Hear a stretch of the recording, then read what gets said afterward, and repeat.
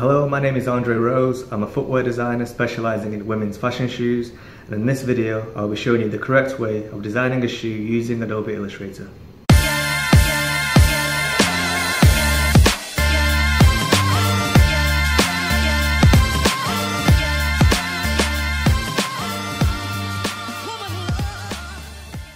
When I first got into the industry, I started out as an assistant footwear designer, and like most newbies, I was using Adobe Illustrator incorrectly until a senior designer who I was working under taught me the correct way of using Adobe Illustrator to design a shoe, and I've been using that method ever since. Now for this tutorial, I'll be using my MacBook along with Adobe Illustrator. You can use a Windows laptop or PC if you want, and if you don't have Adobe Illustrator, you can use another vector-based program such as Inkscape or Affinity Designer, which costs $50. However, they are currently running 50% off sale, so you can get it for $24.99. If you cannot afford Adobe Illustrator, I would definitely recommend using Affinity Designer, and you can still follow along this tutorial because we will be mostly using the pen tool, which is pretty much the same on both platforms. So as long as you know how to use the pen tool, you're good to go. So let's jump in my computer and begin. Okay, so I've just opened up Adobe Illustrator and I've imported my sketch of the shoe that I designed.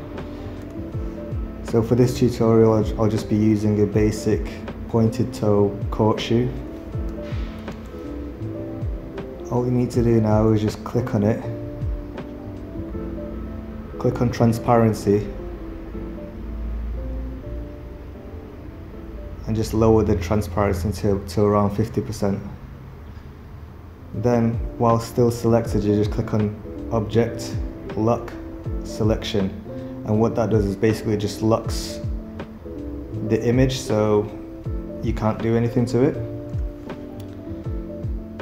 So, at first, what I'll show you is the wrong way to design a shoe using Adobe Illustrator, and this is how I first started to use Adobe Illustrator. It wasn't the right way, and this is how most people tend to design when they first start using Adobe Illustrator.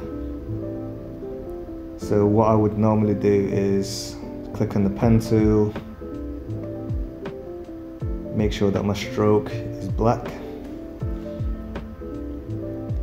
and then I would just do something like this. This is how I used to just start. By the way, if you don't already know how to use the pen tool, there are lots of tutorials on YouTube that you can check out. I won't really be going too much into how to use the pen tool in this video. But yeah, as you can see, I'm just doing the basic outline.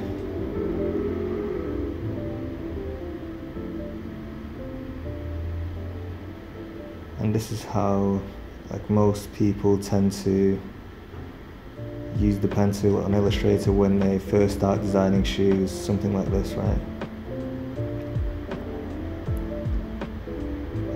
And this works. This method does work. It can, you can design a shoe using this method. However, it's not the best. It's not the best way of doing it, and I'll show you why shortly.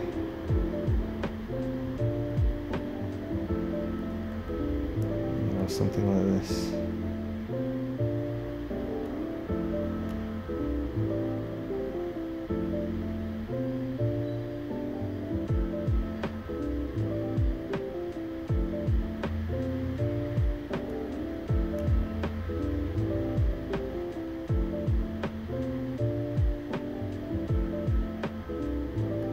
And as you can see, it's quite quick. And if you make a mistake, you can just easily go into it and make your amendments.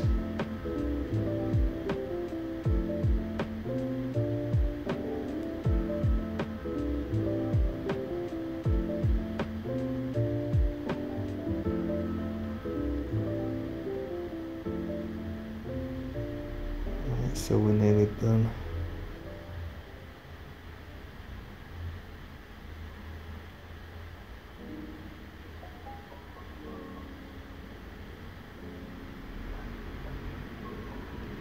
And then we'll just do the heel tip really quick like this.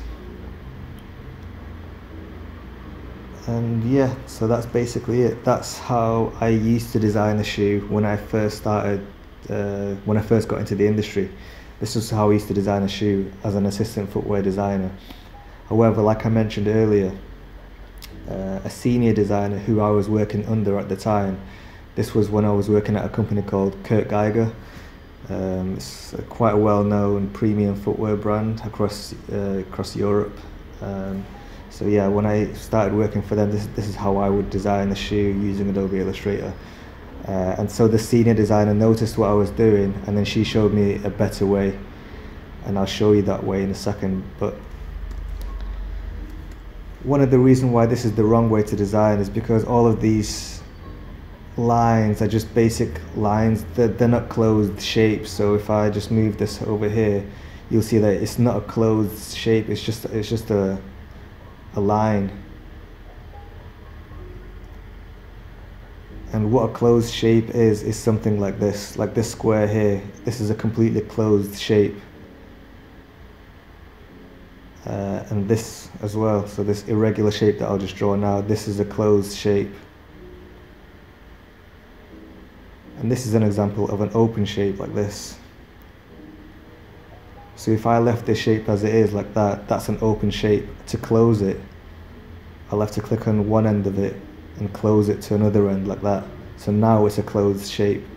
And your design basically is going to be a series of shapes, and each shape is going to be layered one on top of the other. And it's just better doing it that way because it's easier to color and it's easier to amend. And I'll show you an example of how to do a shoe design the correct way using closed shapes one on top of the other. So we'll just get rid of this, we'll select it all and delete it, and we'll start again. So what you want to do is go in the top left corner, click on the pen tool, then make sure that your fill has no fill, basically has a line going through it, meaning that there's no fill, and you want your stroke to be black. So I'll start off with the main upper of the shoe. You can start anywhere, I'll just start at the point.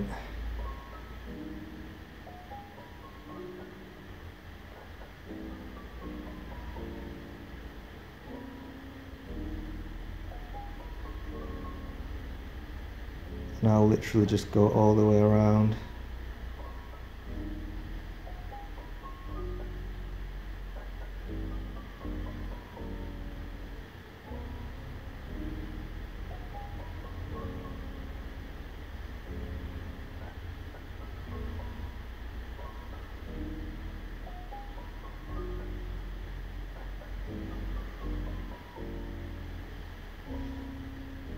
And it's good if you have like a really good neat drawing, because that way it will just make your life a lot easier when you're doing this. So make sure that your drawing is nice and neat. If you're not good at drawing shoes yet, just practice, literally just practice every day drawing shoes. Put a shoe in front of you and just draw it from different angles every day, and you'll get better and better. Later on I'll probably do another tutorial of how to learn how to draw shoes basically as a footwear designer. So I've just done my main upper. I'll now do the heel.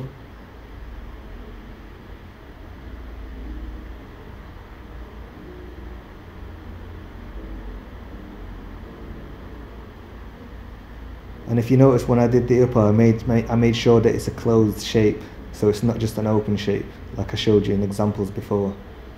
And I'm making sure I'm doing exactly the same thing with this heel. So now it's an open shape, and now I'm going to close it right here, look, and now it's a closed shape. And this is more of a 3/4 view of the shoe, so because of that you can see the inside parts of the shoe. So now I'm going to do this inside part of the heel. And again, this is going to be a closed shape, and it looks a bit weird right now, but when I finish you'll see how it looks completely different and it looks completely normal. So now I'm doing the insole. Again, this might look a little bit weird, but you'll see how it all turns out in the end.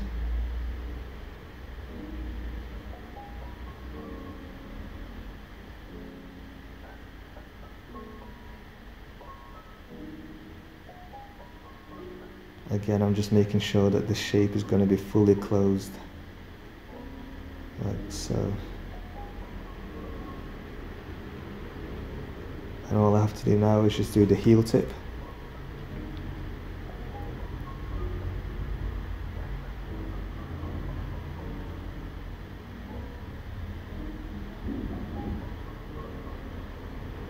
So yeah guys, just make sure that your initial drawing is quite good and accurate.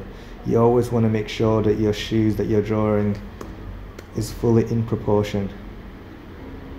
The better your shoe sketches, you know, the easier it's going to be for you to do these renderings on Adobe Illustrator, and it's going to be a lot easier for when you're sending this sketch off to your manufacturer, because they'll be able to look at the drawing and know exactly how to make it.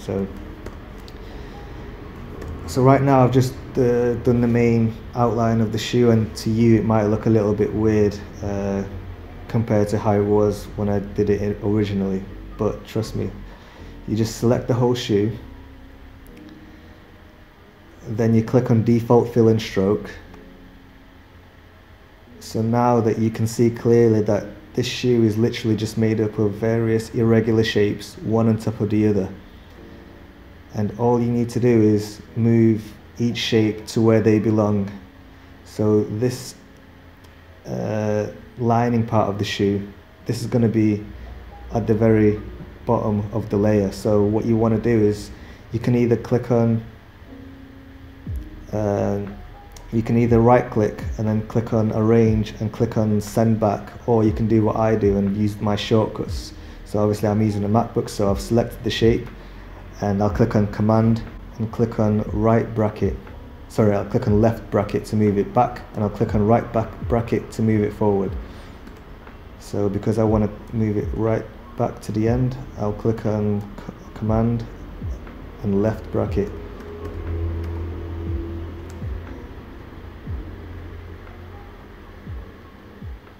And this shape here, this is the upper, so I want the upper right at the beginning, right on top of all the other shapes. So I'll click on command and I'll click on right bracket. I'll keep clicking it until it appears on top of all the other shapes. So this is the inside part of the heel, and I want that at the end or at the bottom of the layers. So I'll click on command, then I'll click on left bracket. And there you go. So what looked like a bit of a mess before, now you can clearly see that it's a shoe, and I've done it using the correct method of designing a shoe. So what are the benefits of this? What are the uses? It's really good for colouring. So for example, if I want to colour this shape red, and I want to colour the heel red as well, I'll just click on the fill, click on select, and as you can see, it's just very easily colours it in red. If I want the lining to be blush, I'll click on fill, then I'll select a blush colour like so, and there you have a blush lining. And if I want the insole to be blush as well, I'll just click on it, I'll select my eyedropper tool and I'll click on the lining, and it'll just copies it like so. And I can have my heel tip and my outsole to also be like a blush colour, so I'll just select the eyedropper tool, and there you have it. And you can do all sorts as well. So for example, if I want the heel to be leopard print, all I need to do is go on Google Images, search for a nice leopard print that I want to use, and I'll just import it into my file like so. And then you just make it smaller, and you just rotate it. And what you want to do is get it to a similar size so that it covers the whole heel. And then, like I showed you before, click on, with the shape selected, you click on command and then left bracket, and make sure that the heel shape is over the leopard print pattern that you want to use. Then what you want to do is just click on the heel, then you click on shift and click on the leopard print pattern, Then you want to right click on your mouse and then make clipping mask, and then there you go, you've got yourself a leopard print heel. And then you want to go to the top left corner, click on direct selection tool, which is the white arrow shape. You click on the outline there, and then you want to make sure that the outline stroke is black, so you go to your stroke panel here and then you select black. And if that doesn't work, you click on the stroke button and you click on weight, click on 1, and then you've got yourself a black stroke outline, and that's basically it. And you can do that to the whole shoe as well. So for example, if you want the whole shoe to be leopard print, you just copy and paste the leopard print pattern that you found on Google Images or wherever. So as a footwear designer, we work with a lot of swatches that we get from our manufacturers or from our trips to China. And what you can do with that is you can take a photograph of the swatch that you want to use to colour in your shoe, and you just import it to Illustrator, and then you can do the same thing. You can just place the swatch over the whole shoe like I'm doing right now.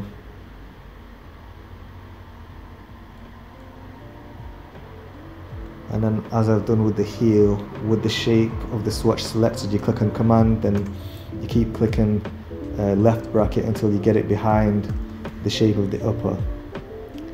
Then you select the upper, then press the shift button, and then you select the leopard print pattern. Then you right click on make clipping mask, and there you go, you've got your leopard print upper.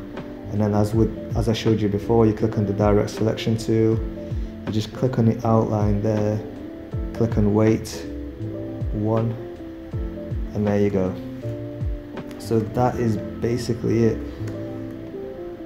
I mean, it's very simple to colour, and it's very easy to make amendments as well. So for example, if I don't like that heel, all I need to do is select it, move it away or delete it if I want to, and I could design, let's say if I want to make it into a wedge shoe,